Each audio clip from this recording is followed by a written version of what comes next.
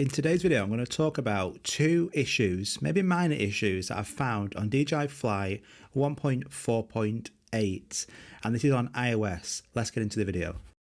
Just firstly though, a few people asked about the exposure lock and how you actually do it. Can you do it on the settings, or can you do it on your controller? And you can. Nobby Green explained this well, so well done, buddy. But if you go onto your actual settings and then go to button customization, you'll see there you can select AE lock unlock for a tap. So I've got mine set as tap and then double tap.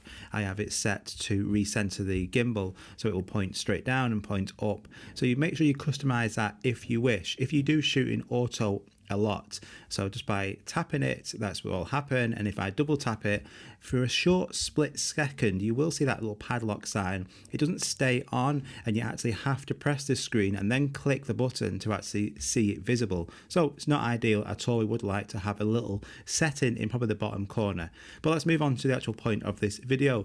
Now, what I've noticed when I've been flying this, I mentioned this on the first video, is about these colours. If you look at the greens there, they don't look very natural to me. When I put this into my editor program, if you just look in the top left hand corner, under 0, it shouldn't be under 0, so it's actually underexposed, but there is a lot of actually oversaturation going on as well. So it's not a big issue if you're into editing. You can correct this really easily. On the next clip I will correct it, but for the rest of the video I will show you what it looks like straight out the memory card, and what it's actually I am seeing. Now this seems to be a new thing since 1.4.8. this is the corrected image, so that's not as overexposed.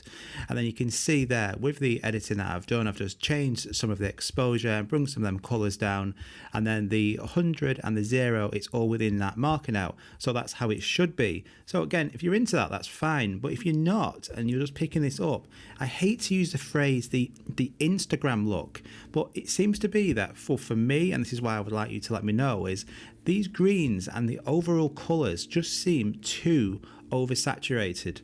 We're going to actually just spend a little bit of time in this area now, and I want you to just concentrate on the greens and then look at those roofs in the top corner there, the oranges. Everything is just so oversaturated, a lot more than it was before.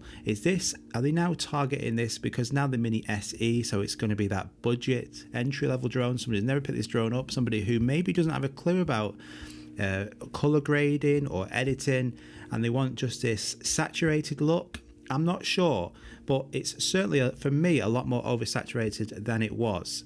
So we're just going to look around this area now. If you just look straight ahead at those bushes and the park, then everything is oversaturated. It doesn't look very natural. It still looks a good image, and the actual subject is subjective because some people love this look, but the greens there are not natural. They look like you've just literally gone on to your photo editor and bumped that saturation up probably 20%, 20, 30%. It doesn't look good. And for me, I could not use this straight out of auto potentially for any professional work or for anything to like a client. No way. I'd have to edit this. Now, some people love editing and that's fine. But if you do love editing, then maybe you should be using manual settings in pro mode and then actually using an ND filter, which are essential. And for any client work, I use ND filters all the time because the auto was good and it's great out of camera, but now I just feel personally it's too oversaturated. It's still a great image, but please let me know. This is just iOS I'm using, so I don't know if this is like this for you guys or if anyone on Android. Please let me know. Have you found that your saturation is an increasement since the last update of 1.4.4? A DJI saying, look, this is an image you need and you should have, and it looks really good, and it's this oversaturated look straight out of camera.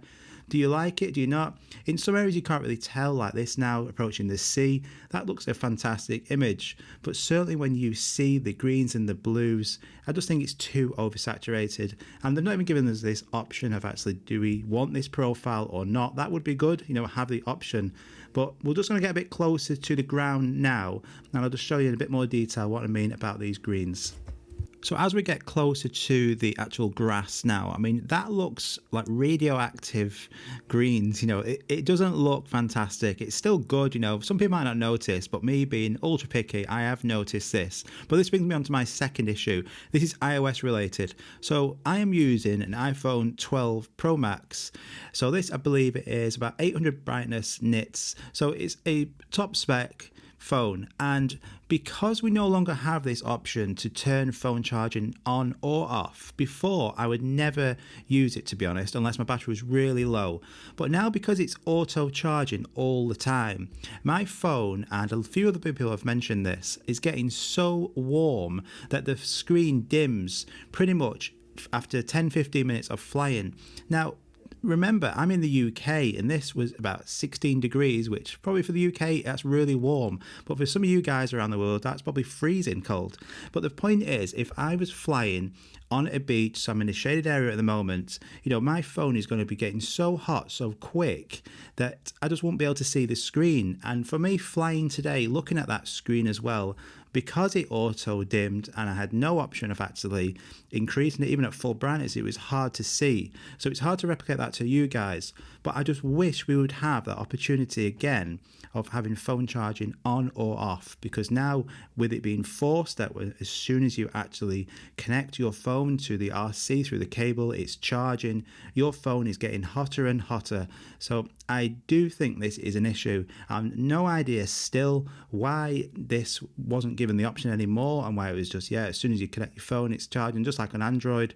But this is where I need you guys as a community to let me know, have you experienced any issues with the screen dimming as well? If you're on Android, do you have a problem with it because it's been like this for ages? Or is it just, one of them problems and we need to deal with it? If you let me know as a big community, I can feed this all back, and hopefully we might one day get this option back. In regards to the actual flying performance of 1.4.8, absolutely spot on there. The signal is really good. There's no notable lag, so that's actually flying fine. There's no problems with the app on Android or iOS, and it's great to see that a few guys who have the S21 Samsung phone where they're having some big problems, a lot of you have fed back saying that this has now been resolved, so that's great. So just let me know, the color and the phone issue, minor issues, yes, but potentially, it's more of an inconvenience having to have to edit this all the time, bring that saturation down. If you're not going to be happy with this, if you love the saturation look, then happy days. But for me and probably quite a lot of others, it's just going to be that extra step we're now going to have to do. But let me know, guys, what do you think? Have you experienced any issues? And I hope to see you all guys very soon, and have a fantastic day. Take care, guys. Bye bye.